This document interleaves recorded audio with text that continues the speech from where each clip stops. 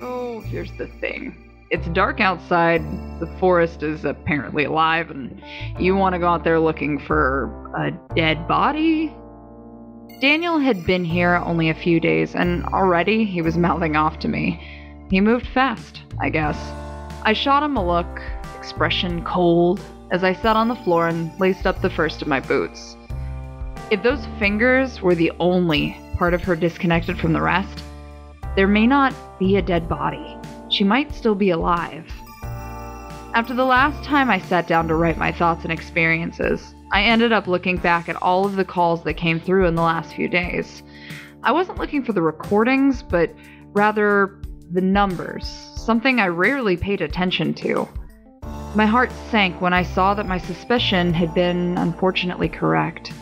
The number on our work phone matched the cell phone number I had listed for Jenny, a college friend whom I had graduated with a year earlier. Although there was a surprise I hadn't quite expected. Jennifer didn't call the station only once. She called twice. The first time to tell me about a bird with human eyes that had been keeping her awake for days. And the second time, I heard a woman crying and pleading over the phone. That woman was her. Maybe it's true when they say that no one ever sounds like themselves over the phone. I'm going along with you. Dan was turning in his chair, ready to get up, when I shot him a look of disbelief. No, you're not. I thought I sounded demanding, but he didn't listen for even a moment. He was already up on his feet, leaning over the console and fiddling with the music lineup. We can't leave the station completely empty. Who are we going to ask to take over for us? That weird-ass bird? The toilet ghost? Excuse you, it's the sink, not the toilet. Besides, I have an idea. He wasn't bluffing either. His idea sounded silly and impossible at first, but the more I mulled it over in those moments, the more I realized it would work. He told me that we should pre-record all of our content for the night. We'd record the evening weather, the 10 o'clock news, and even a goodnight message, then put those recordings in the lineup with the rest of the music. No one would know, and if it took much longer than expected, we'd simply set up the broadcast schedule to continue into the 6-hour night owl block. I was supposed to leave at 10, Daniel reminded me. He was only a part-timer, whereas full-time took on a whole new meaning for my eternal presence here. It's almost 9 o'clock already. You don't think I'll get overtime if anyone finds out we're just dicking around in the woods, do ya? There'll be no dicking, but I'll pay the grocery guy extra to bring you donuts if you do require compensation. I couldn't believe I was actually going to do this. I couldn't believe I was letting Dan do this. Honestly, I didn't know what scared me more, the thought of walking into the woods at night and leaving the station abandoned, or the thought of going alone and leaving Dan with the responsibility of taking my place. Now, I'm not saying he's incompetent, but I'm almost sure a wild badger could run across the radio console and operate it just as good as he does. He has a lot to learn, is what I mean. We put our plan in motion, recording all of our segments one after another and making a long automatic playlist including those files. With any luck, it would sound just as genuine as live conversation. By the time that was finished and the radio was set to play on its own, until just before sunrise, Daniel and I raided the closet for flashlights, water bottles, and a first aid kit just in case.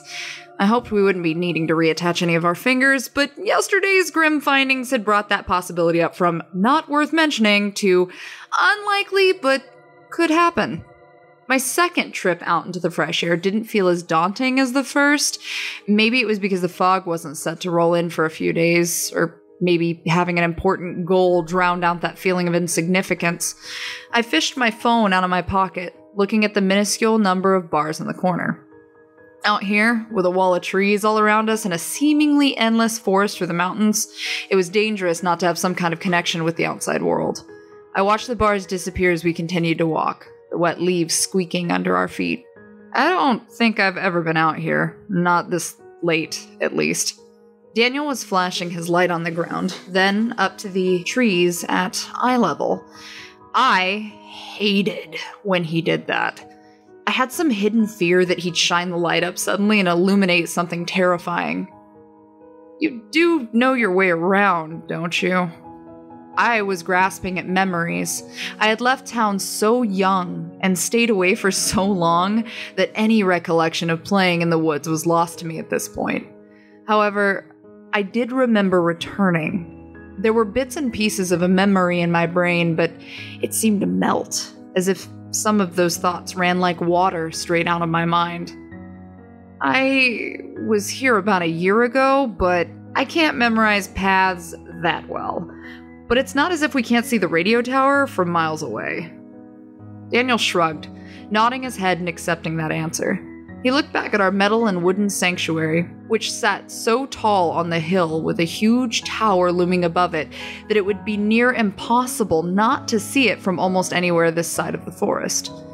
I stared forward in the dark, squinting as Daniel moved his light back to get a view of the station. I kept my own flashlight turned off in order to save its battery in case his ran out. But I had to admit, his constant tomfoolery with that damn flashlight was going to get on my nerves if he kept it up. Will you stop that? What? Dicking around with the flashlight. What about the flashlight? I raised my voice for him, remembering the cotton in his ears. You're dicking around with it! Before I could finish that sentence, a sound erupted from in front of us, even loud enough for Daniel to hear through his bandages. It was the groan of an animal, either aggressive or in defense of itself. Dan whipped back around, his flashlight pointing straight towards the source of the sound while I stopped in my tracks and stood perfectly still. It was an elk. Enormous in size, with eyes glowing white at us in the darkness. There was no way it could have gone unheard, leading me to believe that it had been standing there perfectly still all this time. Its antlers clacked against the surrounding trees as it shook its head, stomping its front hooves into the dirt and stone. Dan and I both backed up several feet, but the elk didn't charge at us. Rather, once it was finished making noise and stomping about, it turned and stared at us for the longest moment. Its eyes were reflective orbs, but I watched it blink. Its eyelids were to the right and left, meeting vertically like that of a reptile. Then, with a heavy grunt, it bounded heavily away, further into the woods. I noticed between instances of wondering how close I had been to shitting my pants just now, that it ran with a really odd gallop. It had 3 back legs. 1 on one side and 2 on the other. It was a seriously fucked up elk. Is there anything out here that doesn't look like an absolute abomination? Daniel asked in a hoarse whisper, his flashlight slowly scanning in a search for anything else that might be hiding in the trees and overgrown brush. There was nothing, not even a sound. After a few hesitant moments, we were on the move again, though I decided shouting probably wasn't the best decision to make. I was looking down at my phone, watching the bars in the left corner. I wouldn't have expected to have any signal out here, but strangely, a single bar kept flashing and then disappearing, as if it wanted to find a connection. I had no explanation for it, but I didn't think on it too much. Of all the weird crap I'd seen out here, a cell phone signal in the woods was the least of my curiosities. But if I could get just one more bar, maybe I could try making a call. How do you know her? Daniel broke the silence after we were sure no more giant mutated elks were stomping around. This missing girl, you seemed dead set on finding her. She was my best friend in college. We had a dorm together. We graduated together. We lived together for a bit. She was generous when I needed a place to stay. And now you live in a radio station. I turned my eyes back to my phone, shrugging my shoulders. I acted nonchalant, like I didn't give 2 shits. I actually gave quite a considerable amount of shits. She didn't want me there anymore, okay? She just didn't want me there anymore. I could feel the question in the air. I didn't have to look at Daniel to know what he was thinking, how badly he wanted to ask why a generous best friend would kick someone out of their house. Luckily, before he had a chance to speak, and before I needed to think of a new conversation, I saw it. 2 bars on my phone, springing to life and defying all odds against this wild, uninhabitable mountain. I raised my phone up in victory, stopping exactly where I stood for fear of losing the signal. Yes, we have it! We have a signal! Daniel gave me a confused stare before I had a chance to explain.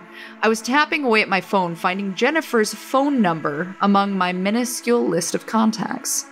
I'm calling her. If she's nearby, she can help us find her, assuming she has a signal and battery. Assuming she has her phone. Daniel was obviously skeptical why a sleepwalking woman, presumably leaving her bed, would take her phone, but I had a theory that Jennifer hadn't been sleepwalking at all. Something had been luring her here. I had a feeling.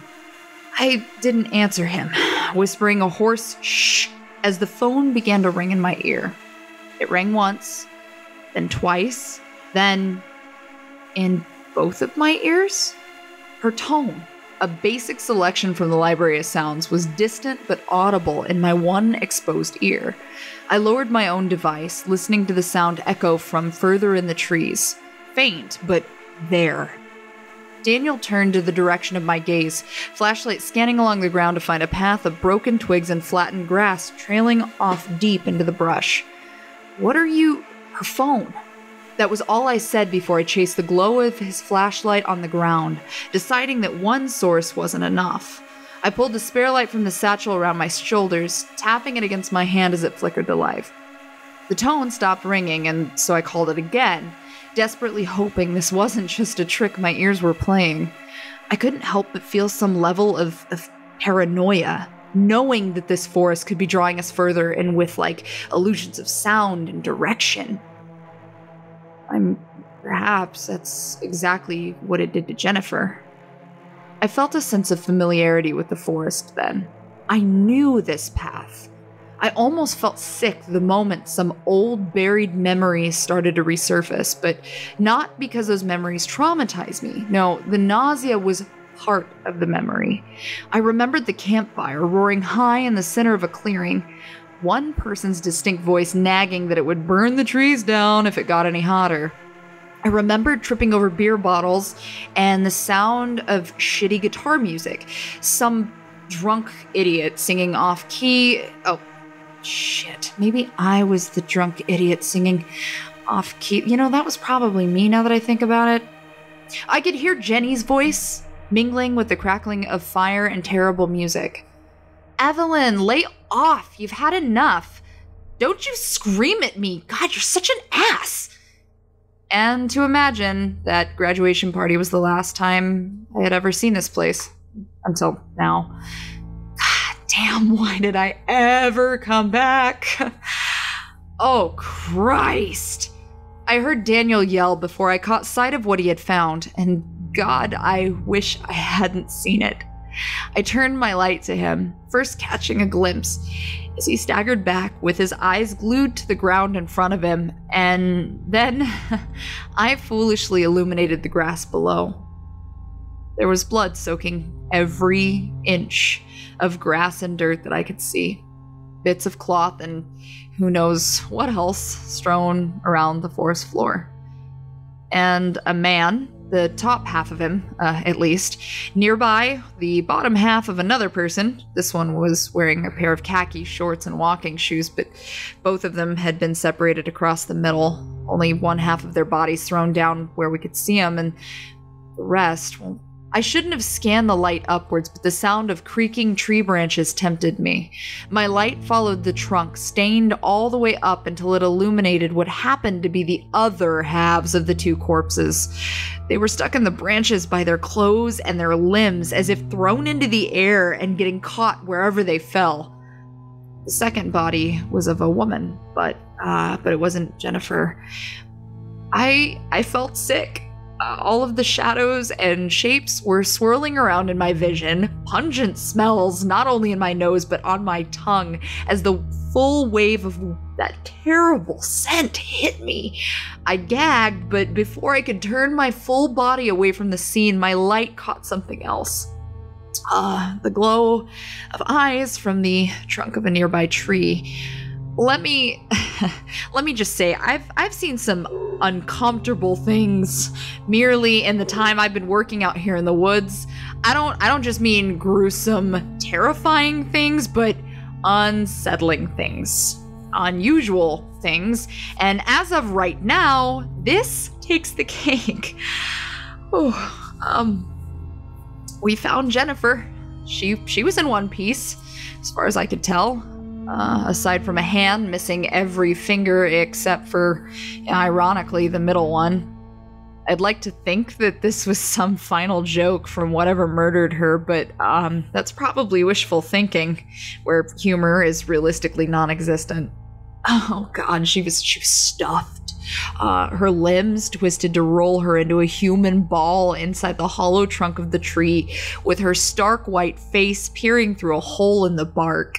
Eyes were open wide and staring forward. Oh god. Making her look like some kind of pale, nightmarish owl. Her mouth was wide open, filled with like dry grass and twigs, almost like a bird's nest. One of her hands was sticking out of the tree, the arm likely broken in order to accomplish such a position. Her hand was tilted, palm pointed upwards, and a cell phone was sitting in the center, flashing its 10% battery warning. Well, that and 2 missed calls from me. My name was on the screen, Evelyn, followed by an alien emoji, which it was perfectly appropriate. There's not a single damn person on Earth who could convince me she wasn't positioned that way on purpose. We weren't even friends anymore, but shit, man, I really failed her one last time. At least I'm consistent, I suppose. Daniel and I knew we couldn't stay there. Not only was it a fucking nightmare to behold, but the smell from the blood and bodies on the ground was making both of our stomachs churn. There's a smell you don't really forget, I don't think. It's been a full day, and I still recall it in vivid sensory detail. So we turned back to leave, completely silent. We had nothing to say to one another, nothing comforting, and no energy even to talk about our fears. We were halfway back to the radio tower when Dan finally spoke up. You know, he started, I wanted this job because I thought it might be right up my alley. I thought I'd be good at it and maybe make some people laugh and smile a bit, but so far, it's only been horrifying. Now, while I know that hiring Dan had been one of my responsibilities, I still felt a twinge of guilt. He meant well, and his heart had always been in the right place, but he was suffering for it. He had the chance to leave, but chose to come back regardless. Sometimes I wondered if this bizarre, messed up situation was the only exciting thing he had to look forward to. At least until actual death entered the picture. Now he was in too deep. We both were. Hey, Dan, I asked him, shining the light on my own face. Yeah? Your mom invited me to a wedding in June. Do you mind if I go with? He laughed. It was the first time I had heard him laugh like that. Well, ever. I didn't say much, considering we had known one another for less than a week. But time seems to drag out after you've seen some freaky shit with someone. Matching tuxedos? He offered. I nodded decisively, with plaid bow ties. The rest of the walk was quiet. We got back to the radio tower after midnight, the late-night music block beginning on its automatic run just as we had planned. I took the opportunity to take the evening slow. No need to rush back to the console or even to that old, lumpy mattress where I slept.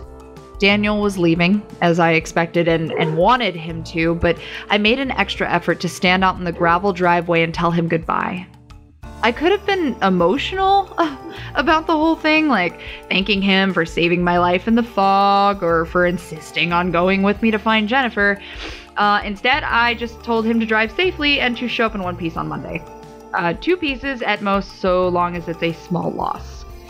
He just pointed to one of his ears and said, "I already made my blood sacrifice."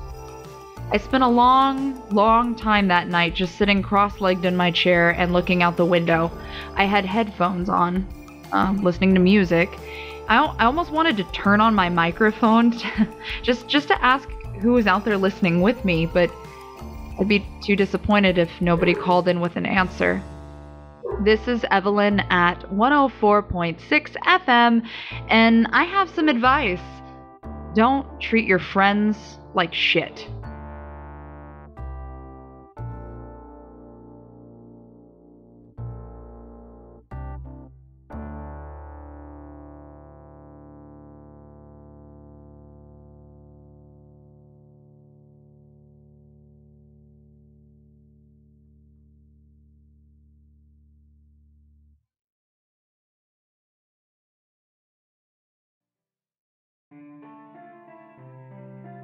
Hey there, everyone who's listening on YouTube, or those of you who are listening on the podcast.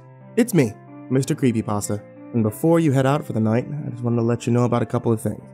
Without you, the show doesn't take place. So, if you guys would like to support the show, or if you guys would like to get your hands on a couple of cool little things whenever new things come out, check out patreon.com/MrCreepyPasta, and any support that you guys show, I really appreciate.